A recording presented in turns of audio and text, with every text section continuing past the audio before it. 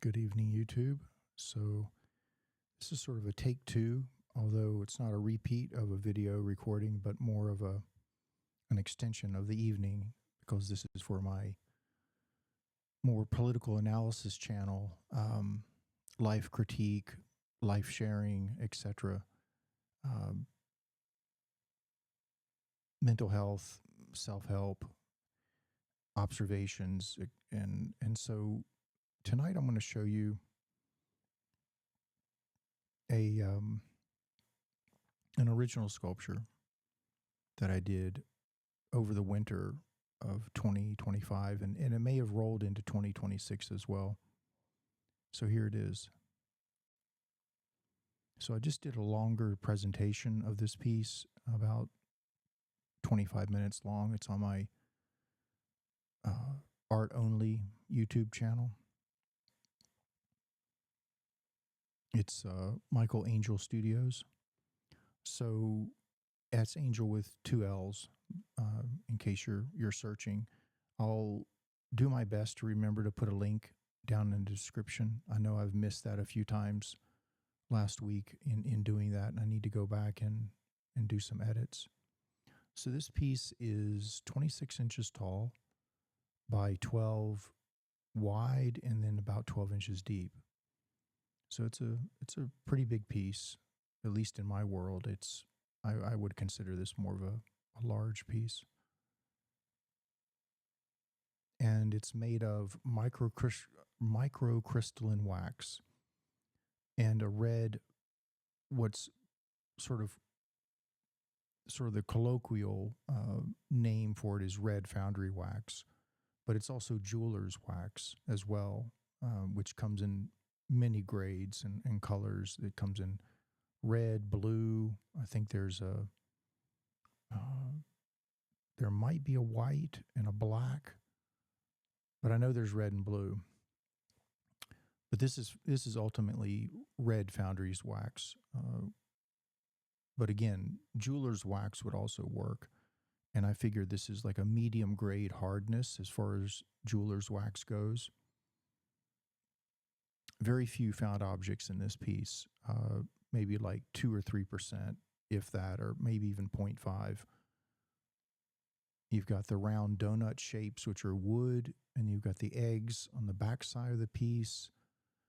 And then the spheres in the middle down below that the piece is resting on, that's sitting on top of the mushroom with English ivy thorns growing out of the bottom of it. Those spheres are styrofoam. So rather than sitting down and painstakingly making a round ball of solid microcrystalline wax, I just coat the styrofoam with the wax. And also, because it's a more coarser styrofoam, it gives a really nice texture that I wanted as well. So,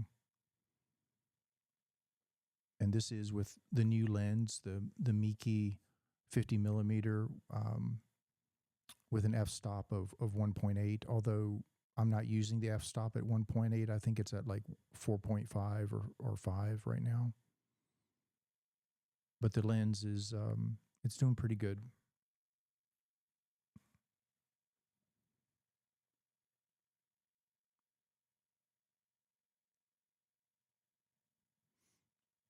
So that's the piece. And as is my usual habit, I'll get up, go turn off the turntable, and get back to some commentary I want to share tonight. And I'll switch back over to the main screen in just a second. This piece is untitled, so make it what you will. And feel free to change the definition in your YouTube settings to see the details perhaps better. Maybe the size of the screen as well. There's various things you can do in the finer tuning of the YouTube video presentation to see what you want to see, perhaps more clear or bigger, getting more close to the piece. it's hard to feel the scale of this piece in a YouTube video, of course. Um,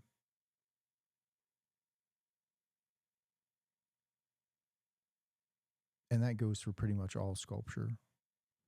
When you see a photograph of a sculpture, you're missing 75% of what it's about, if not maybe even 90% of its three-dimensional presence in the space with you. And hopefully in the future we'll have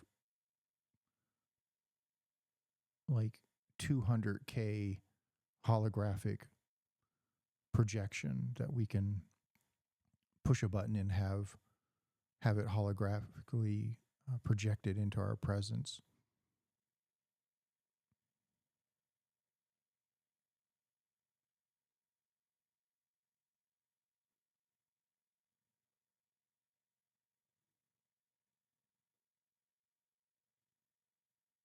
This piece will probably be an 8 mold sculpture. So I'll make 8 separate molds in order to cast all the different elements and then put it all back together again as one.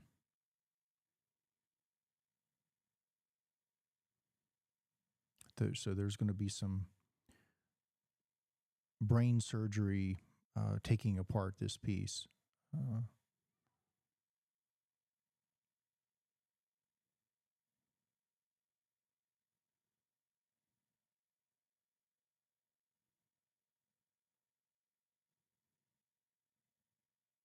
So I'm going to switch back over now that it's coming back around.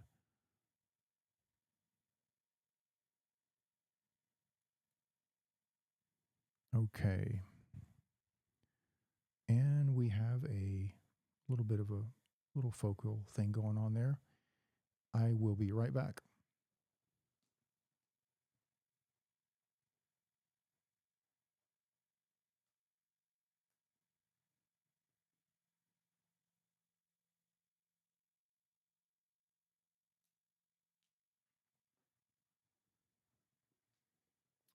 So, good evening again.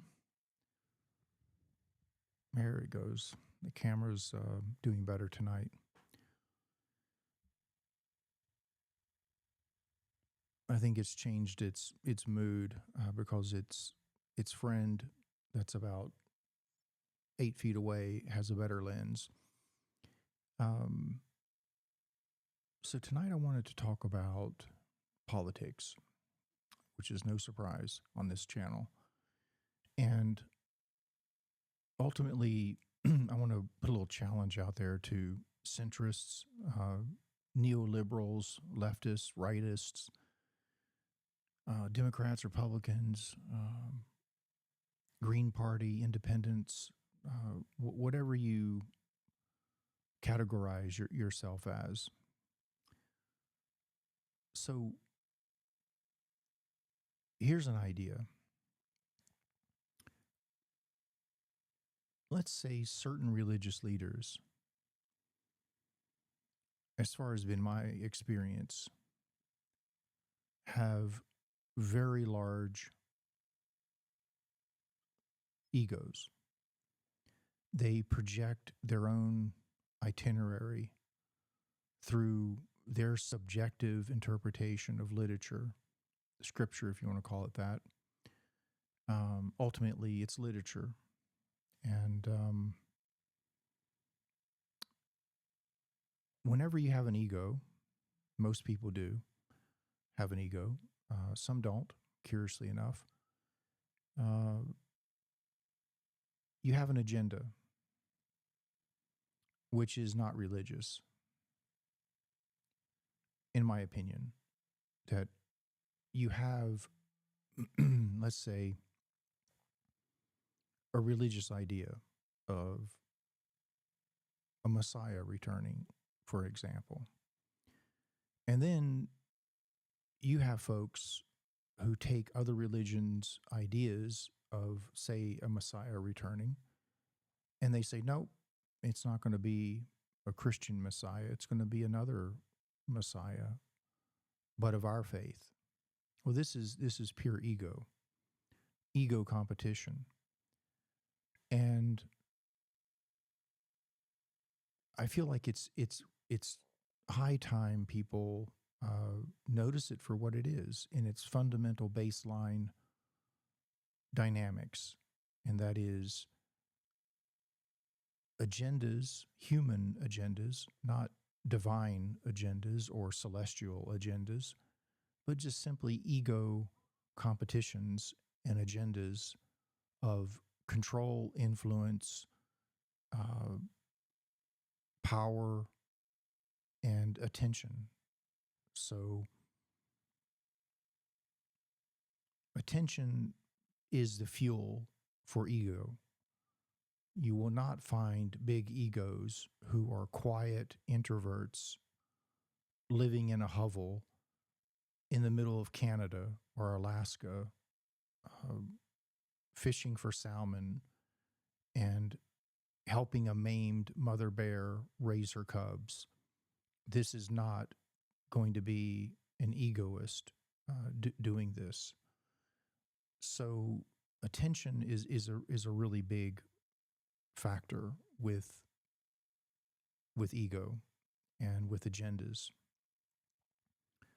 and also with the people that think that they're owed endless favors by society and the world at large.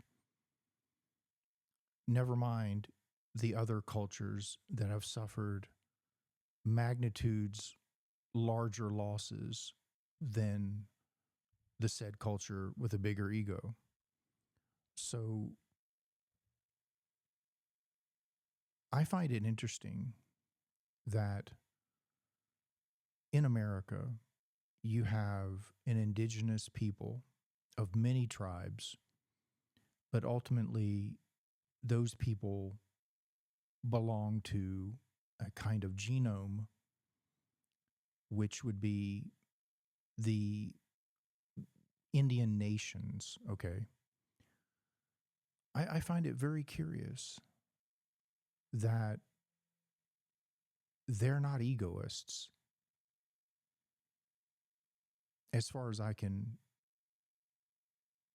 surmise in world history and going back through and looking at different political movements, influencers, lobbyists, etc. Very humble altogether. Although I have met uh, individuals of the Indian nation who did have egos, for sure, but more of a personal problem than a cultural problem. The Indian nations, or let's just bring it down to, say, the Sioux tribe. You're not going to find a Sioux tribe with a collective agenda ego. It's just not there. You could find a Sioux, a person of the Sioux nation with a big ego, for sure, but that's more of an existential issue and not some sort of culturally spawned and instigated, and it's not feeding a cultural identity. But we do have cultures that are creating a lot of problems in the world, um, who have a collective ego that is ancestral, that's pathological, that simply feeds off of its influences of other governments and has weaponized their traumatic past into a sort of a quid pro quo. You owe me something. If I don't get it, you will be canceled, or you will be besmeared with humiliation, and your reputation will be utterly destroyed. Well, this is a criminal quid pro quo. Not that most quid pro quo isn't some kind of criminal enterprise, but there is innocent quid pro quo. I mean, it starts in childhood. If you do this for me, I'll do that for you. That's no big deal. It's very like a primordial exchange market. Um, I remember returning favors or being reminded that a favor from me was owed because said friend had done me a favor. This is like a Gen X reality uh, mode where kids have needs. Um, they want to borrow something. So they, you know, I borrow something, play with it for a few days, give it back. My friend comes to me the next day and says, "Hey, can I ride your bike today?" Well, okay. Because in the back of my mind, we have an exchange rate situation going on. I cannot say no because if I say no, that means he's going to say no to something that I want tomorrow. So it's a very interesting natural thing. But when you get an ego and you become a haunted house in human form, other weird things come into play, and manipulation, selfishness, guilt trips, um, threats, blackmail, extortion, uh, kidnapping. Uh, it you know the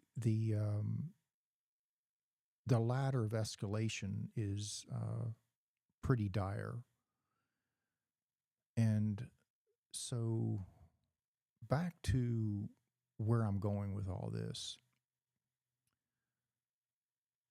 The And my challenge to the left, right, centrists, neoliberals, Democrats, Republicans, etc., is and maybe this is a Gen X thing,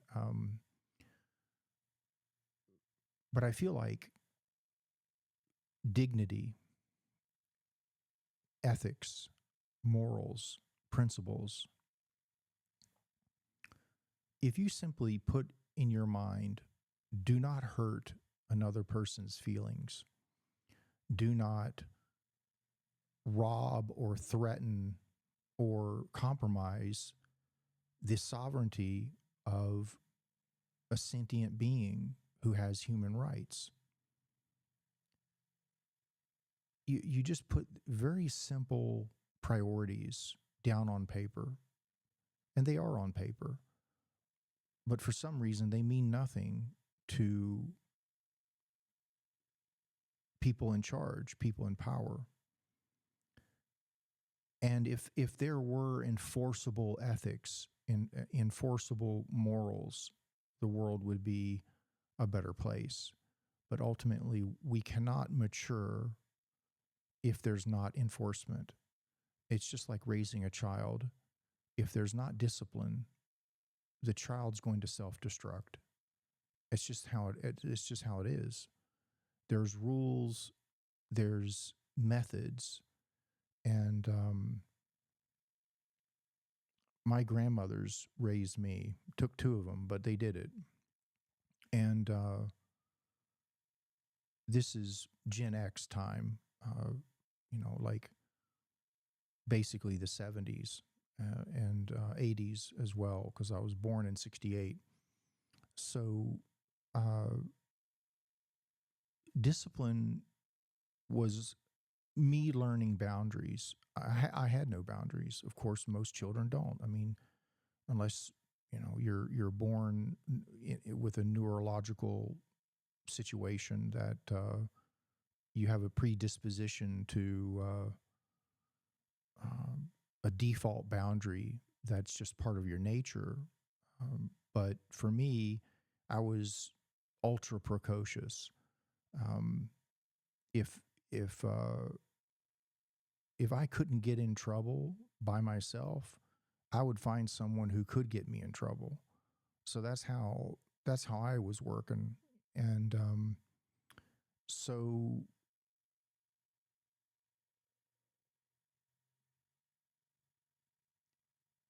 in the adult world, if you want to, study emotional quotient, what that means. And IQ is talked about a lot, but in the mental health department, it means nothing ultimately. I mean, it serves a purpose, like a margin purpose or a peripheral purpose. It helps to be intelligent, it helps to have knowledge, but ultimately, the emotional quotient is above IQ as far as mental health goes. And um, and also your character and how you and your conscience. Um, a lot of new age groups puts consciousness ahead of everything, which I think is to its own detriment. But that also goes to show that there's an immaturity in the new age movement as well.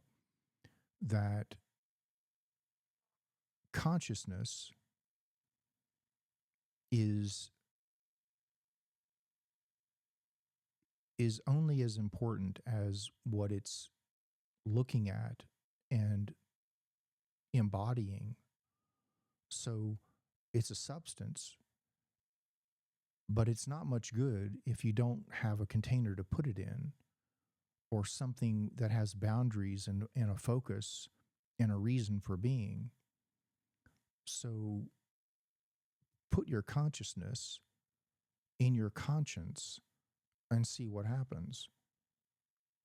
Um, Character building, dignity, virtue, empathy,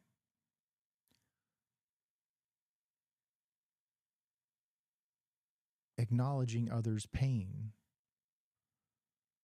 feeling a sense of righteous, indignant uh, emotion over injustice,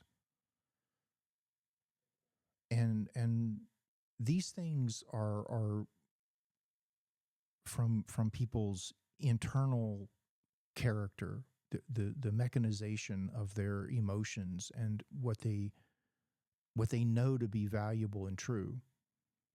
So then you have these egos running around, fooling around with people's belief systems. And there's a whole category of what I would consider to be um,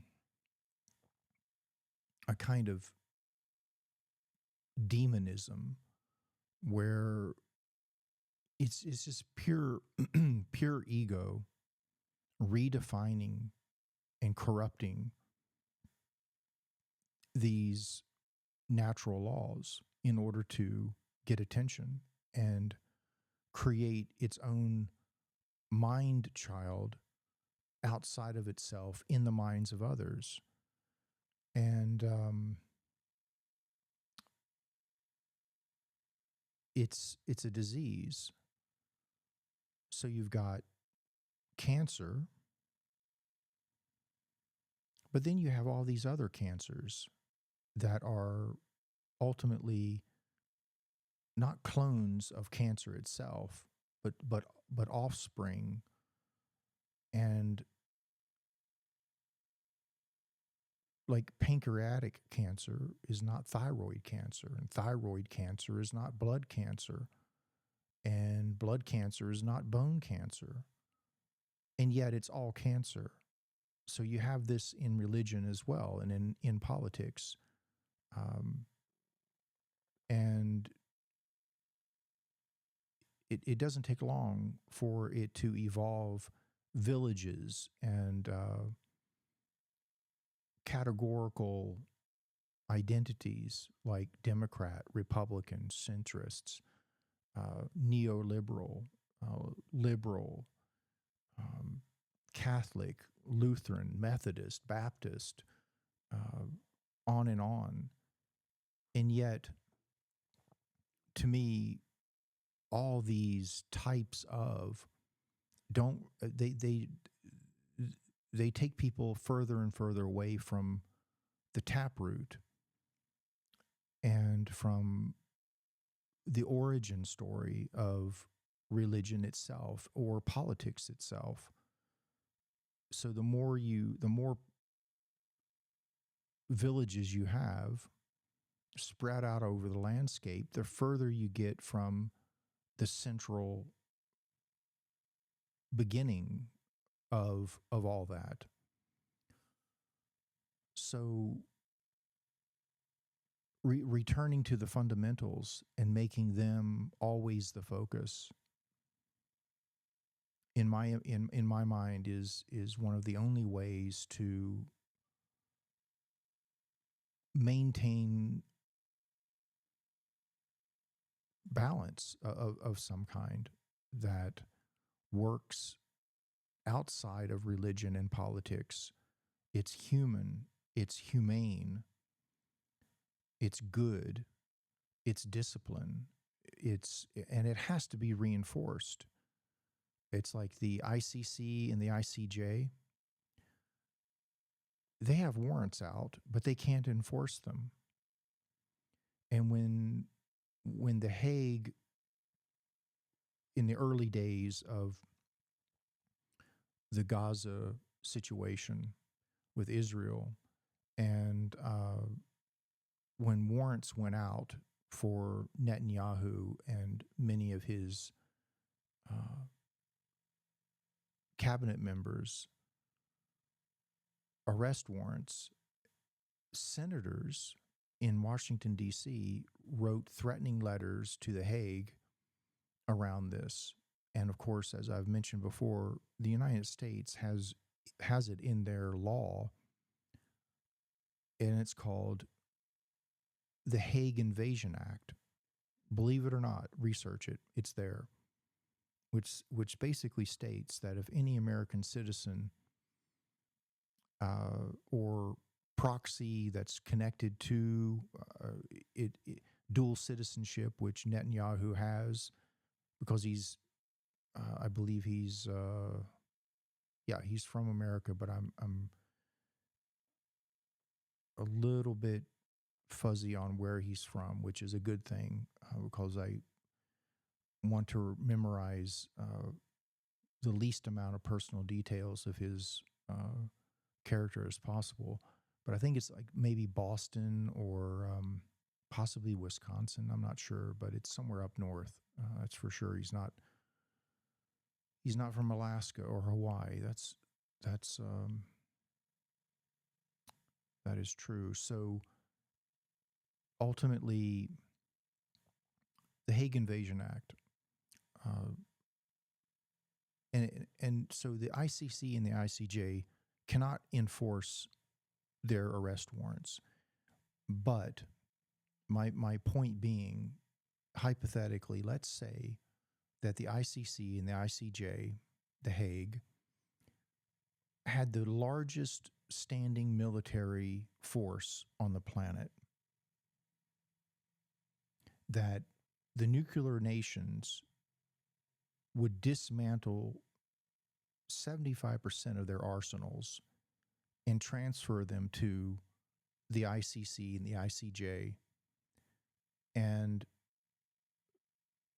international bodies of individuals who are not bought or influenced by any religious organization, corporation, private enterprise, private person, and that those people are held accountable by their bloodlines and the culture they're coming from and the world at large, that their character is under great scrutiny 24/7, and that they have watchdog agencies that act as filters to make sure that there's no clandestine quid pro quo stuff going on.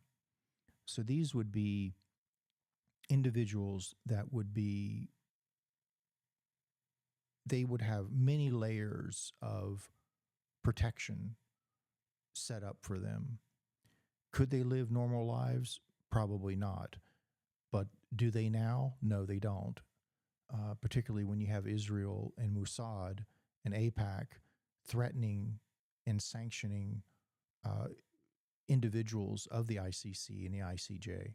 So they already don't live normal lives. And so personally, I'd rather live a positive abnormal life than a negative abnormal life. And so in this case, imagine a world where a neutral, unbiased system with the largest military in the world by far were able to enforce their judgments. Now, would that not keep in check and maintain an environment of evolving emotional quotient for the immature, ethnic cleansing pathology of the patriarchal at large grouping of dysfunctional, mentally ill individuals who are billionaires and millionaires, and all their proxy support systems, shareholders, stock traders, private entrepreneurs, etc., who basically they're still in the emotional quotient world, they're still teenagers rampaging, and basically whoever has the most stuff when they die wins. Well, that is not an adult idea. That's something neurotic. And so we're in this other world that we cover up with, I'm a Democrat, I'm a Republican, this religion, that religion. Underneath all that is an emotional world of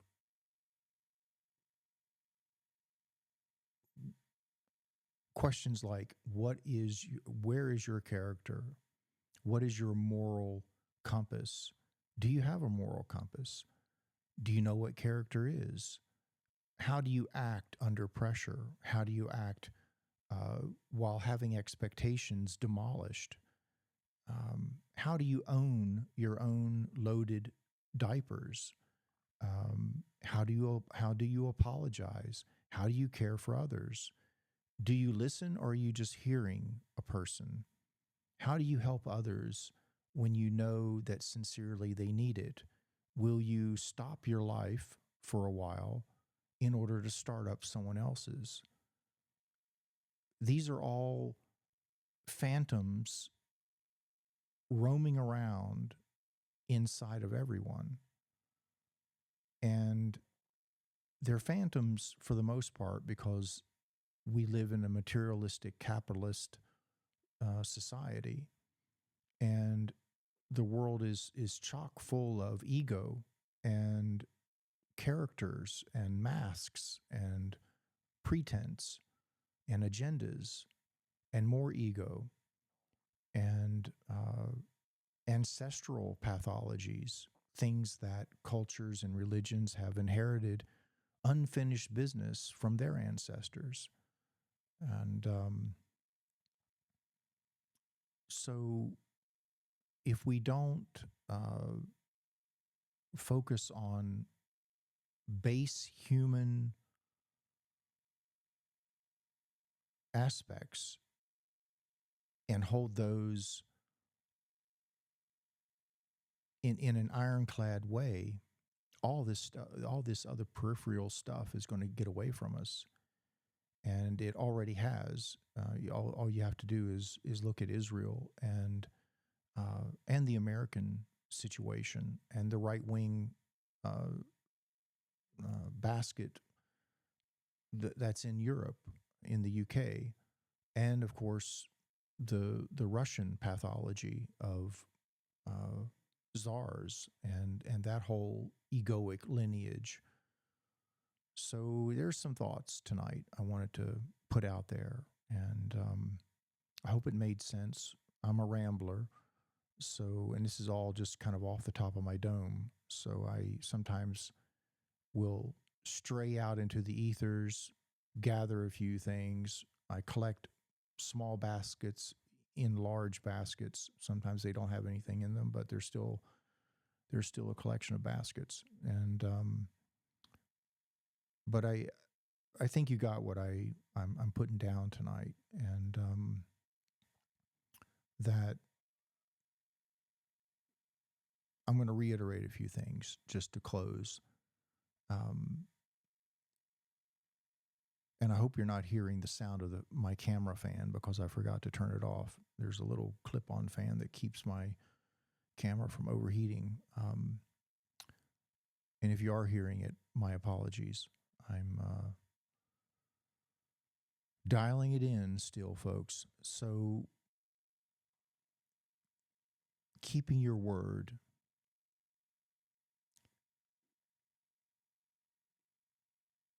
dignity, respecting other people's dignity, not trespassing on other people's feelings in order to promote your own, not feeling threatened when someone promotes their hurt or pain, not to interrupt that, share with a side note of your own, as if somehow when someone else starts to elicit a story about their pain and suffering, don't be selfish and interrupt that by saying, oh yeah, me too. Oh, this happened to me, etc. And then you want to play king of the mountain or queen of the mountain. That's not the time to associatively relate to that person. That person needs space to be heard and received without the ego wanting to get out in front of that and have all the attention for itself. So again, boundaries, emotional quotient, behavior, how one interacts with people, how you respect their boundaries when you find out what they are, how you evolve with being an idiot versus wise, because we're all idiots in some category. And I'm talking about old school Latin version of idiot, not today's slang word. Idiocy is a challenge. It's not necessarily an insult. So you can be a useful idiot to yourself, or you can be a depressed idiot where you judge yourself on not being something that you could never be in the first place. So that's how self-sabotage and the ego works. You are your own dark magician in that respect. So morals, ethics, principles,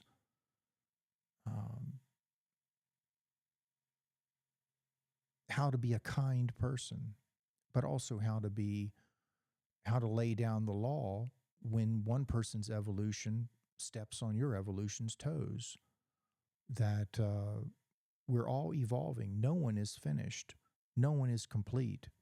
And anyone who says they are, they're either dead and being possessed by a non-earth being fooling around, some kind of trickster, or they're just simply high on their own supply. No one is finished. No one is complete. That's not what this place is about down here. And so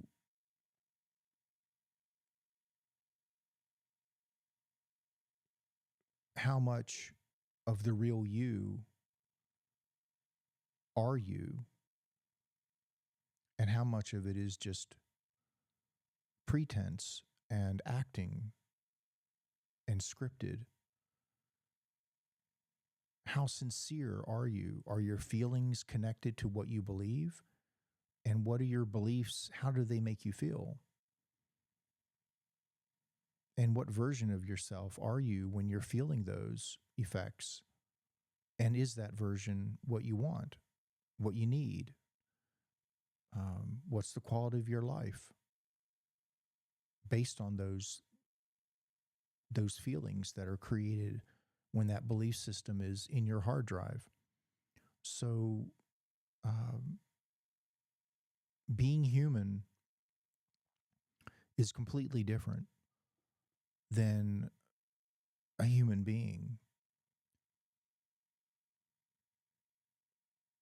If you take being human and human being, two totally different phrases, because being is your character, your essence, what's you in the dark. No social security number, no name, no words, just you.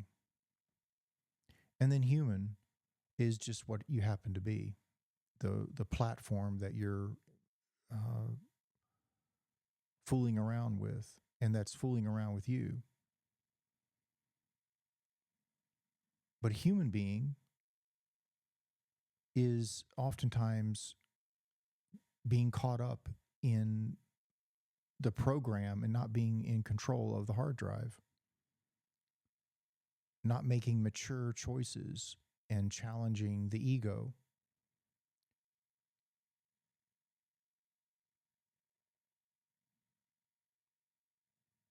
So that's pretty much it for tonight.